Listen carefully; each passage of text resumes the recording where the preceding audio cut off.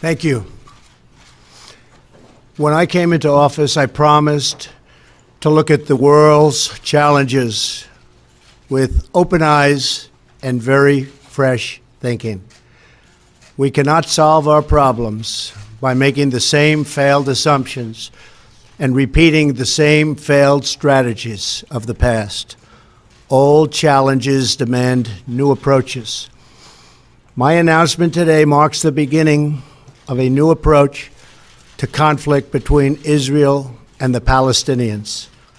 In 1995, Congress adopted the Jerusalem Embassy Act, urging the federal government to relocate the American embassy to Jerusalem and to recognize that that city, and so importantly, is Israel's capital.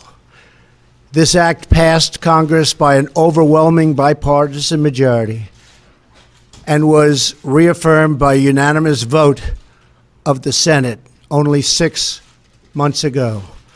Yet for over 20 years, every previous American president has exercised the law's waiver, refusing to move the U.S. Embassy to Jerusalem or to recognize Jerusalem as Israel's capital city.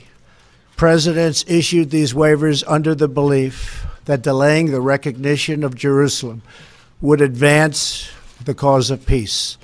Some say they lacked courage, but they made their best judgments based on facts as they understood them at the time. Nevertheless, the record is in. After more than 2 decades of waivers, we are no closer to a lasting peace agreement between Israel and the Palestinians. It would be folly to assume that repeating the exact same formula would now produce a different or better result. Therefore, I have determined that it is time to officially recognize Jerusalem as the capital of Israel. While previous presidents have made this a major campaign promise, they failed to deliver.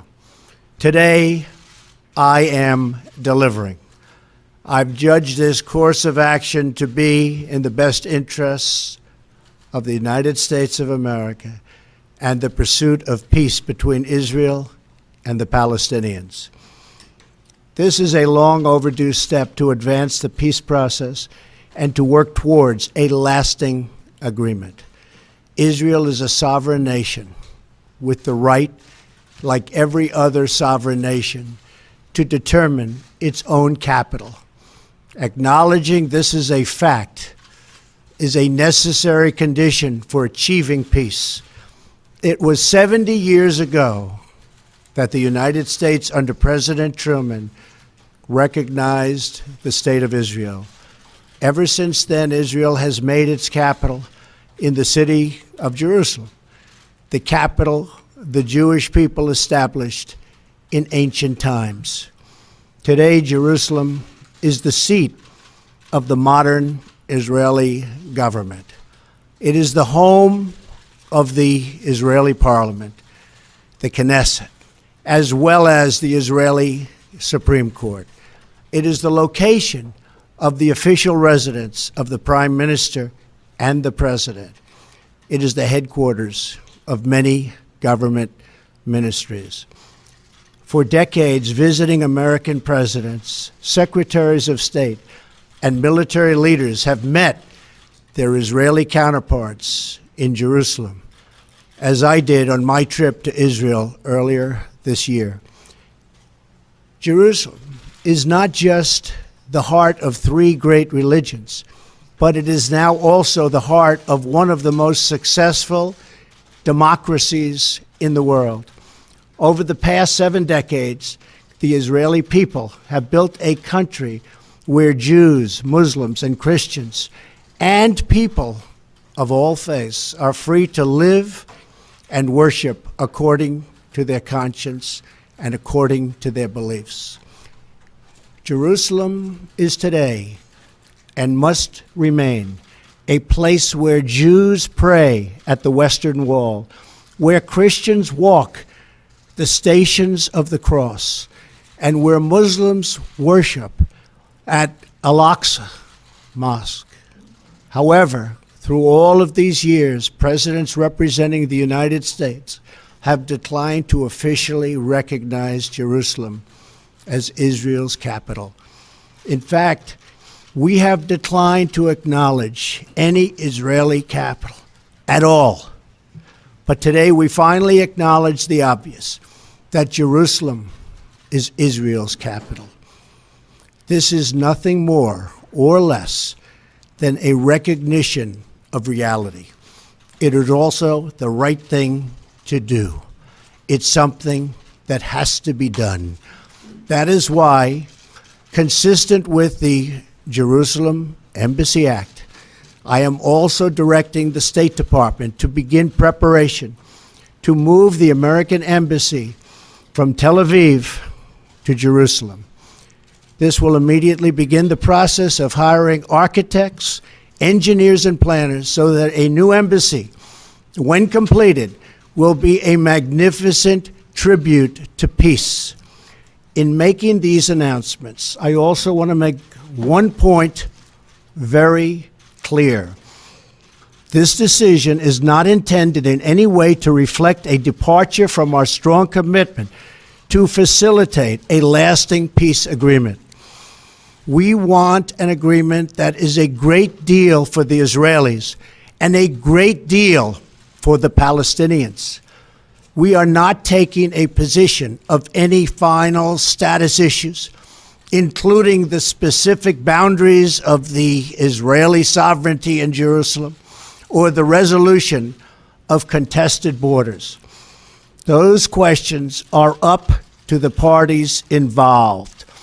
The United States remains deeply committed to helping facilitate a peace agreement that is acceptable to both sides. I intend to do everything in my power to help forge such an agreement. Without question, Jerusalem is one of the most sensitive issues in those talks. The United States would support a two-state solution if agreed to by both sides. In the meantime, I call on all parties to maintain the status quo at Jerusalem's holy sites, including the Temple Mount, also known as Haram al-Sharif. Above all, our greatest hope is for peace, the universal yearning in every human soul. With today's action, I reaffirm my administration's longstanding commitment to a future of peace and security for the region. There will, of course, be disagreement and dissent regarding this announcement.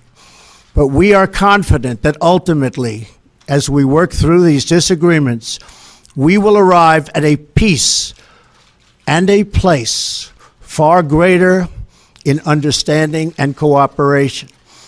This sacred city should call forth the best in humanity, lifting our sights to what it is possible, not pulling us back and down to the old fights that have become so totally predictable.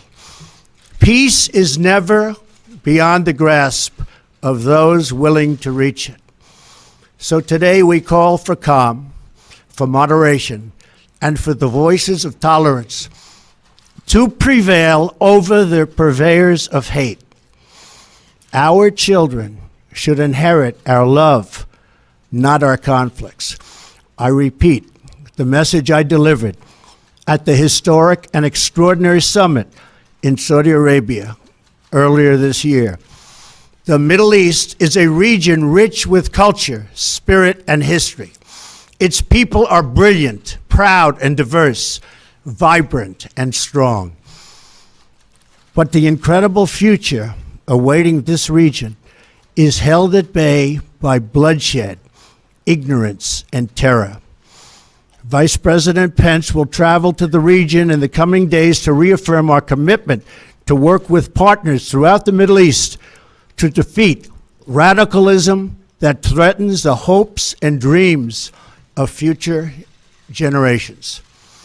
It is time for the many who desire peace to expel the extremists from their midst.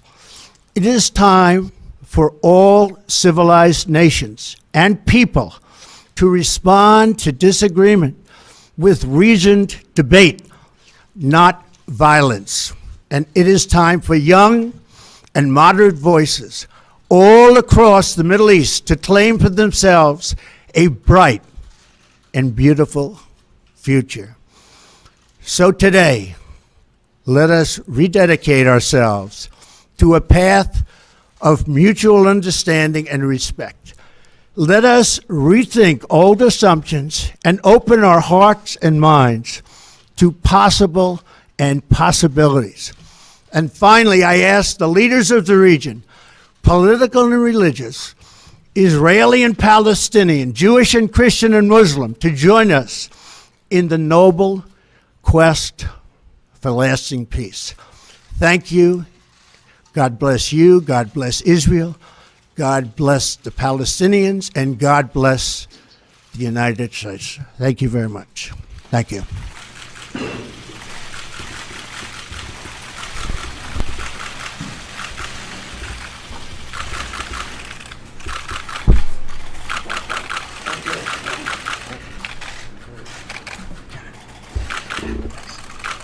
Thank you.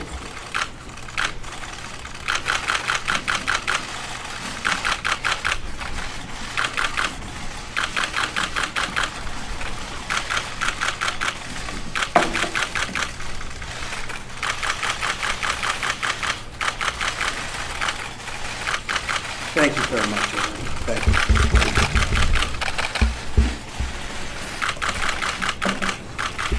Thank you. Thank you very much.